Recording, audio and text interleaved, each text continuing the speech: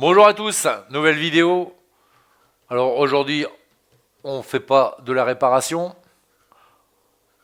Dans les commentaires, j'ai vu plusieurs fois de me faire une petite vidéo du matériel que j'utilise. Donc je vais vous montrer quel type de matériel que j'utilise. Et c'est pas un guide d'achat. C'est le matériel que j'utilise qui correspond, on va dire, à ma façon de travailler, à mes exigences à moi. Donc c'est pas, je conseille, c'est pas, je vous montre le matériel et je vous conseille d'acheter ça. Ça rien, absolument pas ça. Ça c'est le matériel que j'ai acheté pour mes exigences. J'en suis content.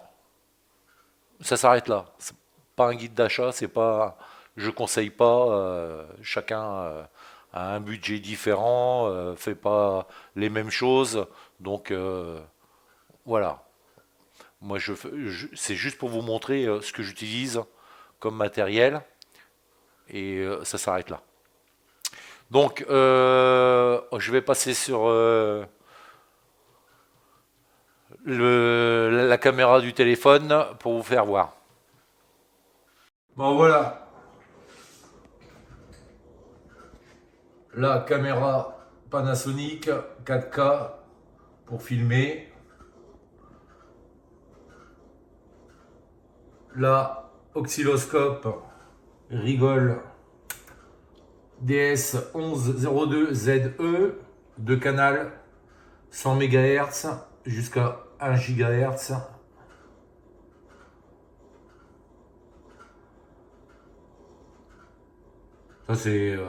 Ça devient indispensable pour tout ce qui est lecture de signal. Ça devient compliqué sur certaines pannes, chercher des problèmes sans oscilloscope. Ensuite, mon alimentation stabilisée, c'est du Owen ODP 3122. Alors il y a plusieurs versions, moi j'ai pris celle-ci parce que sur un canal, je peux avoir jusqu'à 12 ampères d'intensité sur un canal.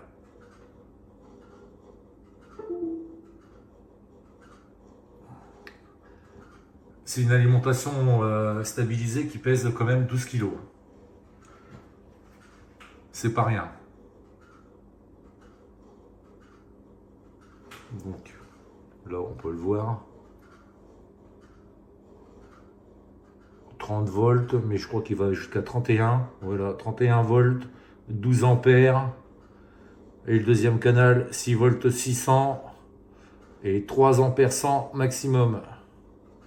Après, il y a d'autres fonctions.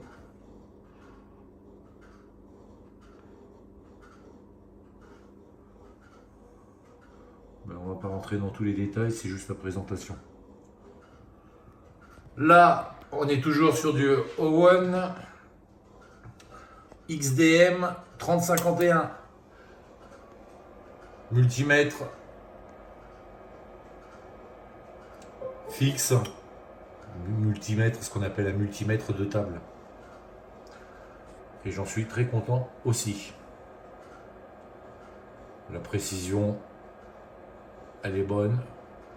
Trouvé RMS, comme la plupart.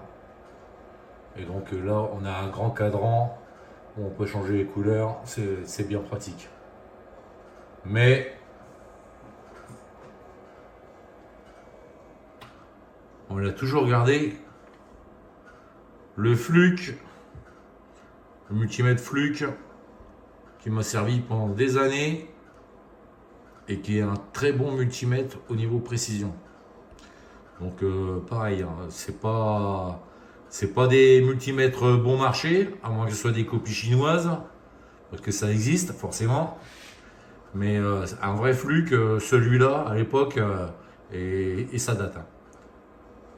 250 ou 254 euros. Mais ça c'est pareil. Hein. Multimètre, Fluke, pour moi c'est excellent. Ça, je m'y retrouve au niveau pareil dans celui-là. Bonne qualité, le temps de réponse réglable, plus d'autres fonctions, c'est parfait. Alors pour l'instant j'utilise depuis des années comme fer à souder la Quick. C'est le modèle FM-206 qui normalement à l'époque, moi j'ai supprimé, il y avait un petit fer, une petite lance à air chaud, ça je l'ai supprimé. Et donc là il y a 3 ports, le standard,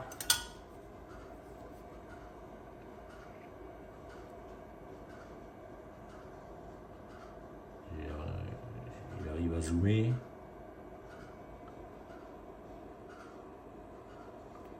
standard, c'est du FM 2027, le porte-pointe, celui-là, c'est le standard, et le micro, c'est-à-dire stylo,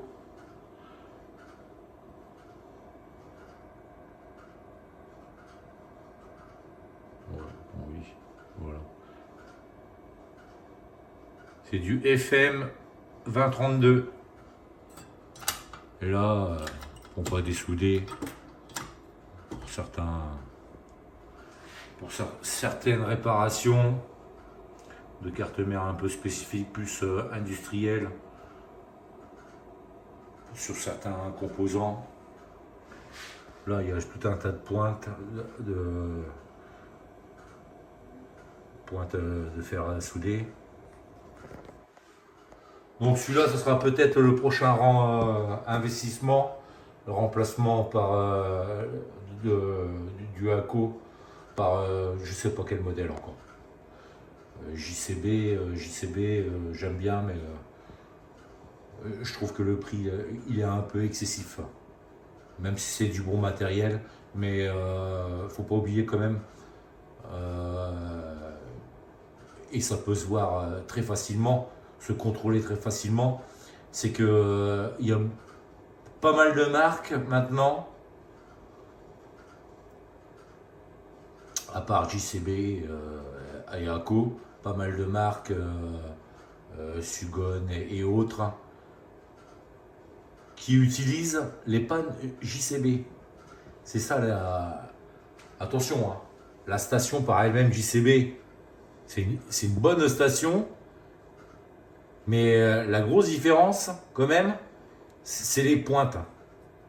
C'est les pointes de fer à souder, ceux-là, comme ça par exemple, ou la prise de température quand vous soudez, la sonde de température interne, elle est très proche de la pointe. Et donc, ça compense bien mieux. C'est pour ça qu'on trouve de plus en plus de stations de marques différentes avec des pannes JCB. Parce qu'à l'heure actuelle, c'est les meilleures pointes pour leur conception. Et donc pour la précision de la température. Alors au-dessus, on a la Quick TR 1100.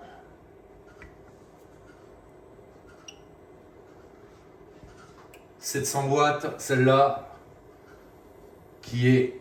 Alors, ça, c'est pas vieux, il y a quand même quelques mois, mais c'est pas si vieux que ça. On va bientôt avoir 1 an, donc je peux en parler. 700 watts, ça pour faire du téléphone, les réparations de carte mère de téléphone, c'est excellent. Ça, par contre, c'est mon avis personnel, toujours. Alors, pour faire du téléphone, des connecteurs, tout ce que vous voulez, enlever des composants sur des petites zones, à côté du baseband, modem, ce que vous voulez, je trouve ça vraiment bien. Là, on est sur une buse de 4 mm, 3 réglages, et là au-dessus, on a toutes les buses. La plus petite, c'est En diamètre, c'est 1,5 mm. Donc il y en a 6 au total. Le grand classique, la Quick 861 DW.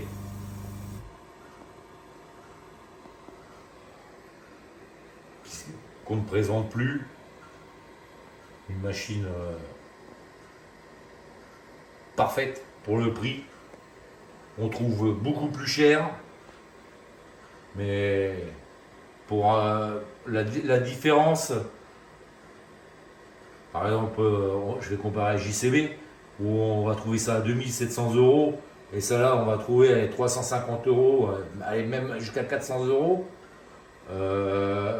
Là, 2700 € et 400 € au pire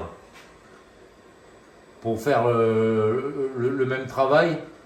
Je suis désolé, la Quick a fait largement le taf sans problème.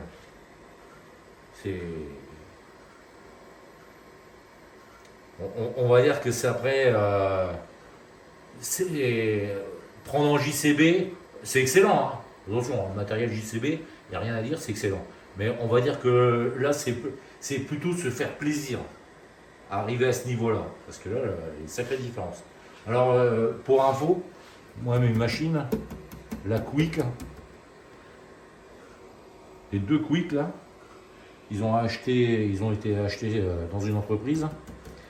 Elles sont arrivées calibrées. Et j'ai contrôlé quand elles sont arrivées. J'ai recontrôlé de nouveau, voir si elles étaient bien calibrées. Et elles étaient parfaitement calibrées. Mais enfin, faut recontrôler. Moi, je le fais une fois par an. Le contrôle du calibrage, s'il n'a pas bougé. Mais en vrai, ça bouge pratiquement pas normalement. Alors là, microscope, c'est du Hamscope.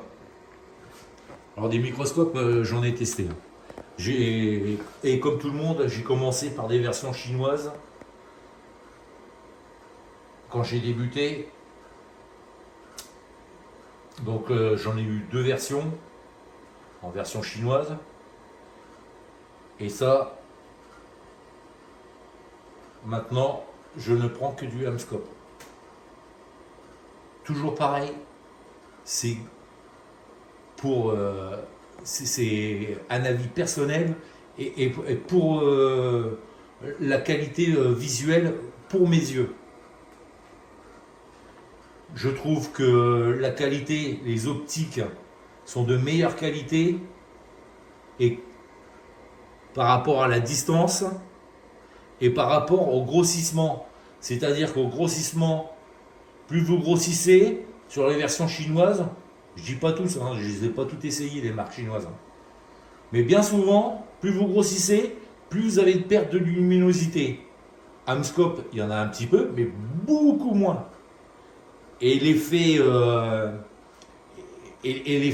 sur les composants, quand on regarde, parce que moi je ne sers que de la bino, la caméra elle est là, mais en général c'est quand j'ai des clients qui viennent et qui veulent attendre la réparation si elle n'est pas trop longue, je le mets sur l'écran, derrière, comme ça ils peuvent voir en direct, c'est transparent, ce qu'on fait sur la carte mère. Donc moi je prends que du Hamscope. J'avais le haut de gamme de chez Hamscope, c'était du ZM qui grossissait jusqu'à 225 fois. Un excellent microscope. Et je suis redescendu à cette version-là, qui grossit suivant le Barlow et les oculaires, entre 45 et 86 de grossissement. Après, il y a un calcul pour le grossissement. Et le Barlow, il est bien là. Il est ici. Le rainurage pour l'anneau lumineux, c'est pareil, c'est du Hamscope. Tout est intégré dedans, c'est pour ça que ça dépasse pas. Et là, on peut régler, on peut éteindre une zone d'un côté ou de l'autre, pour suivant comment ça réfléchit au niveau de la lumière, si on veut avoir un meilleur contraste dans un sens ou dans un autre. Et donc je suis descendu dans cette gamme-là pour pouvoir utiliser la caméra, mais sans perdre la vision d'un œil. Parce que les autres, vous aviez une tirette, par exemple le ZM ou les autres, la majorité microscope, vous avez une tirette. Pour voir la vidéo, vous perdez un oculaire, vous n'en avez plus qu'un qui fonctionne. Ce qu'on appelle le simulate focal. Celui-là, c'est du simulate focal que le ZM que j'avais en 225, il ne le faisait pas. Donc, montrer la vidéo et juste avoir un œil qui peut voir la carte mère, c'est vraiment pas top. Donc, il fonctionne très bien. Il n'y a pas de souci. Le Barlow, c'est du 0,5. Du 0 x 5, mais le plus courant c'est 165, mais là c'est du 167 ou 177, le Barlow. Je crois que maintenant on le trouve plus beaucoup, mais c'est le Barlow qui se montait sur le ZM, qui était à 1000 € juste la tête. La caméra, c'est une caméra avec capteur Sony XMX, IMX, oui, IMX 485, donc c'est un capteur 4K. Pareil, sensibilité au niveau lumière, très bonne, balance des blancs.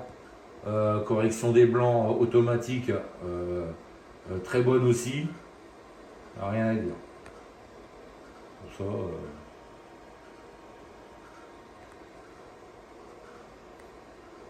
c'est nickel. Donc moi j'utilise par contre le bras. Moi c'est un bras articulé, mais à l'ombre. Parce que moi je veux pouvoir sortir de loin comme ça. Par exemple, pour pouvoir contrôler carte mère verticale, certains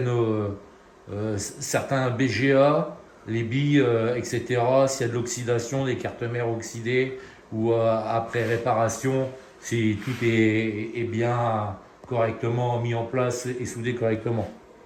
Donc c'est ce que je trouve de plus pratique pour moi personnellement. Je dis bien toujours pour moi. Alors des supports. Alors, on a des supports de toutes sortes. Alors, là, on a déjà quelques-uns là. Des supports. Des supports de carte mère de téléphone. Un petit peu. Là au-dessus, étage au-dessus, on a plein de programmateurs, de e-sockets, etc. Ça c'est pareil. Cette station-là, elle vaut largement celle de JCB, la marque, je ne me rappelle plus comment elle s'appelle, Axiom ou je ne sais plus comment, là, de chez JCB.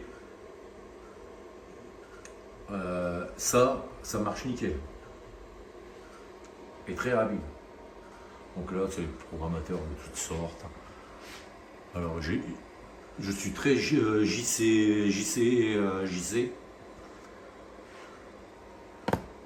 Je dis JCB parce que voilà, j'étais sur le fer à souder, mais ça c'est du JC, tous les programmateurs JC. Et donc là, je comparais à la plateforme JC. Le Tristar. Moi je les ai dans les boîtes parce que j'aime bien que le matériel soit rangé. Et là par contre I2C pour les Face ID, les DOT, parce que j'ai... Et pourtant j'utilise que du JC. Hein. Mais là, avec les problèmes de nappe officielle, pas officielle, qui peuvent être écrits ou pas écrits, ça a été quelque temps la loterie. Et quand j'ai contacté JC, ils n'ont pas voulu me débloquer 5-6 nappes pour pouvoir les reprogrammer. Et donc j'ai pas pu faire une réparation pour une cliente sur un iPhone 11 Pro. Donc ça m'a un petit peu... on va dire que ça m'a un petit peu... un petit peu déçu. Un petit peu pas mal. Tout, avec tout ce que j'achète en JC. Donc après, il y a des rangements, il y a plein de choses. C'est pareil, il y a plein de...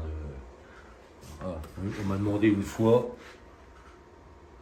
programmateur, BIOS et autres, le TNM 5000, celui-là, il existe la version 7000 qui est hors de prix, le SVOD, avec tous les types d'adaptateurs.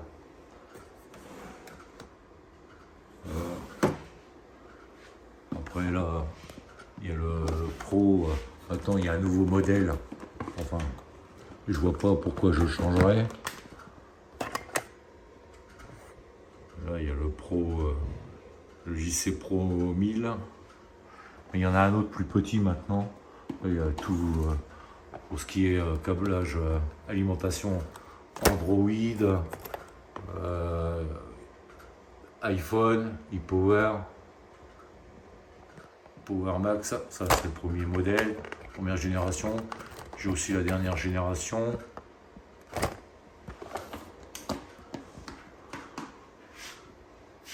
Ça, cette carte graphique, elle va remplacer quand je recevrai le Waterblock qui est en précommande parce qu'il n'existe pas encore. Il va remplacer la carte graphique que j'ai actuellement dans mon PC.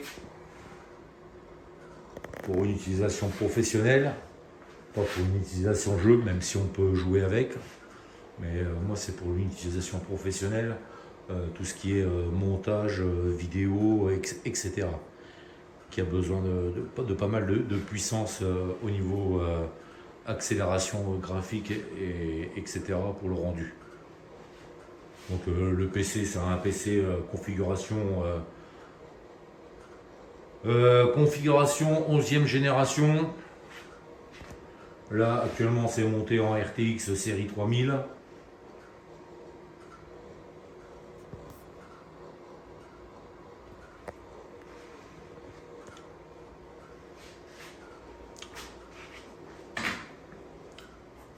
Carte son.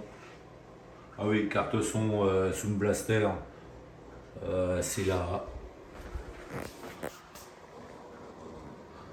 C'est la AE9, c'est le haut de gamme, une qualité audio irréprochable, pratiquement irréprochable.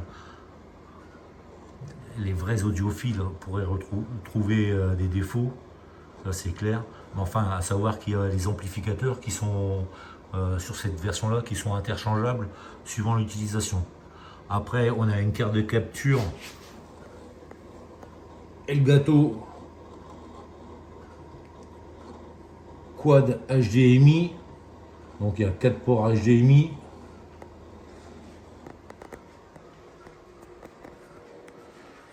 Écran. Alors les écrans, c'est les différents adaptateurs. Le câblage sur l'alimentation pour le Mac. Pour le PC, après le PC il y a un autre câble. Pour vendre en ligne, il faut se démarquer. Voilà.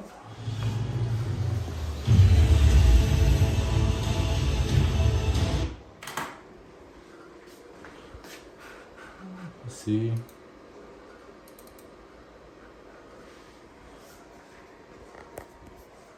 Et là, on est sur des écrans 4K.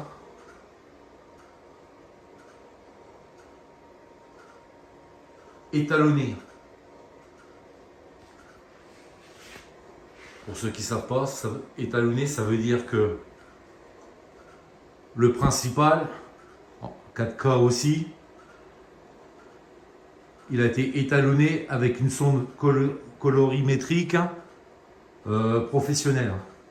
Donc il y a un profil de couleur qui est enregistré pour avoir la qualité de couleur la plus réaliste possible et la qualité d'image la plus réaliste possible. Et faire en sorte qu'il y ait le moins de différence possible entre l'écran moniteur principal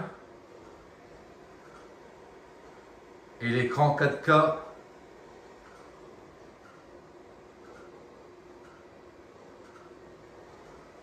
voilà. Quand je regarde ici sur le grand écran, quand je regarde les couleurs, je regarde s'il y a des défauts, il faut que je retrouve le même défaut de ce côté-là.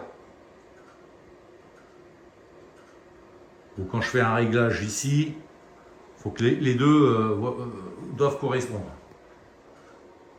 pour pouvoir un contrôle total sur les deux écrans. Donc ça, c'est pas un moniteur, c'est une télé. Télé 4K, mais une fois étalonné,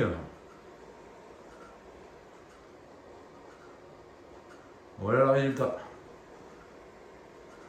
Ce qui n'est pas évident si c'est pas étalonné.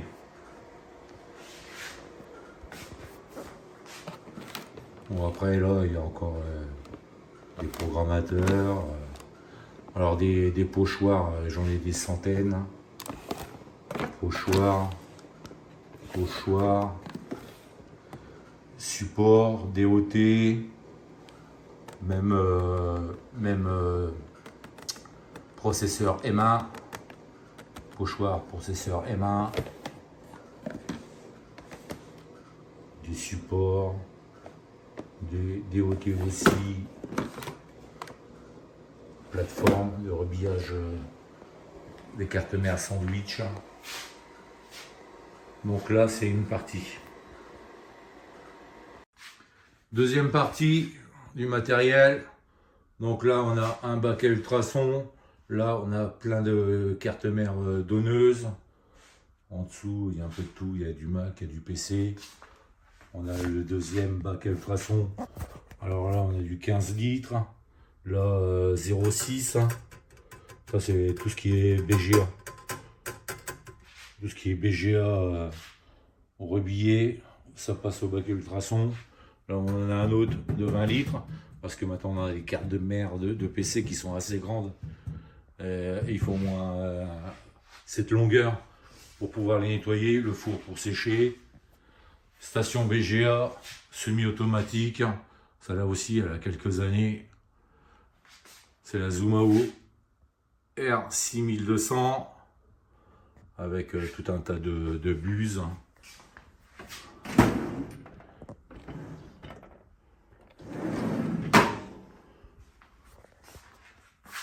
Alors celle-là, elle est capable de prendre les composants automatiquement. Mais moi, je m'en sers pas. Je préfère le prendre directement avec une ventouse externe. Voilà, extracteur de fumée. De l'autre côté, il y a le même. J'ai oublié de le faire voir, mais il y a extracteur de fumée. Là où il y a le microscope, c'est le même. C'est du ACO FA 430. Donc il y en a là, un là pour le BGA. Et il y en a un de l'autre côté pour à côté du microscope. Et là, on a notre deuxième station BGA. À l'époque, c'était pareil. Elle n'est pas jeune non plus, celle-là. Scott HR 460, je crois que je ne sais même pas si ça existe encore, cette marque-là. Elle a été upgradée reprogrammée en HR 460. Alors ce type de station BGA là,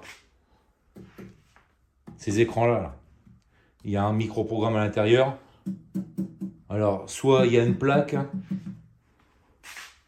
pour accéder à l'USB, c'est le cas de celle-là. Soit vous avez un USB en externe. Un conseil, je vous conseille de faire un backup du logiciel, pareil, du programme qui gère la machine. Je vous conseille de faire un backup en cas de corruption du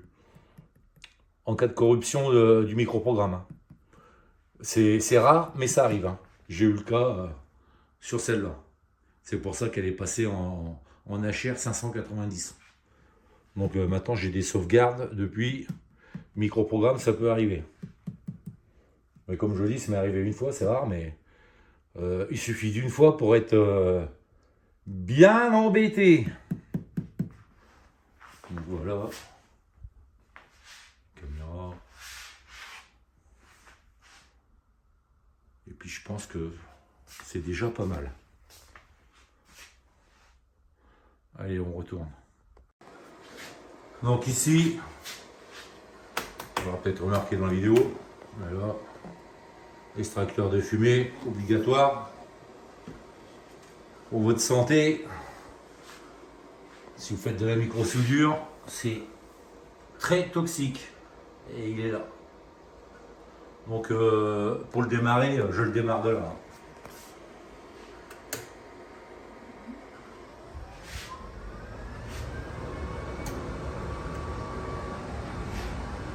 Et je l'éteins de là. Voilà, en gros.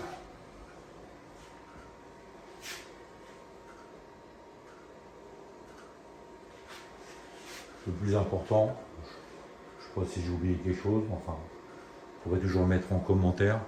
Mais voilà, comme je disais, c'est pour mon utilisation,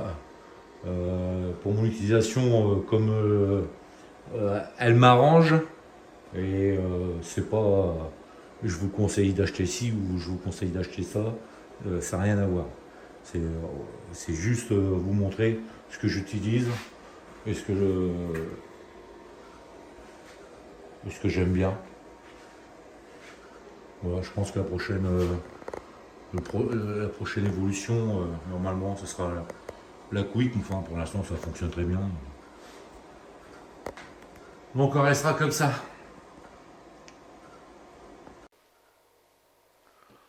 Voilà, présentation rapide du matériel que j'utilise. Par rapport à mes exigences à moi. Donc voilà, en espérant que ces vidéos vous a plu, je vous souhaite un excellent nouvel an. Passez un bon réveillon. À l'année prochaine. Merci et ciao.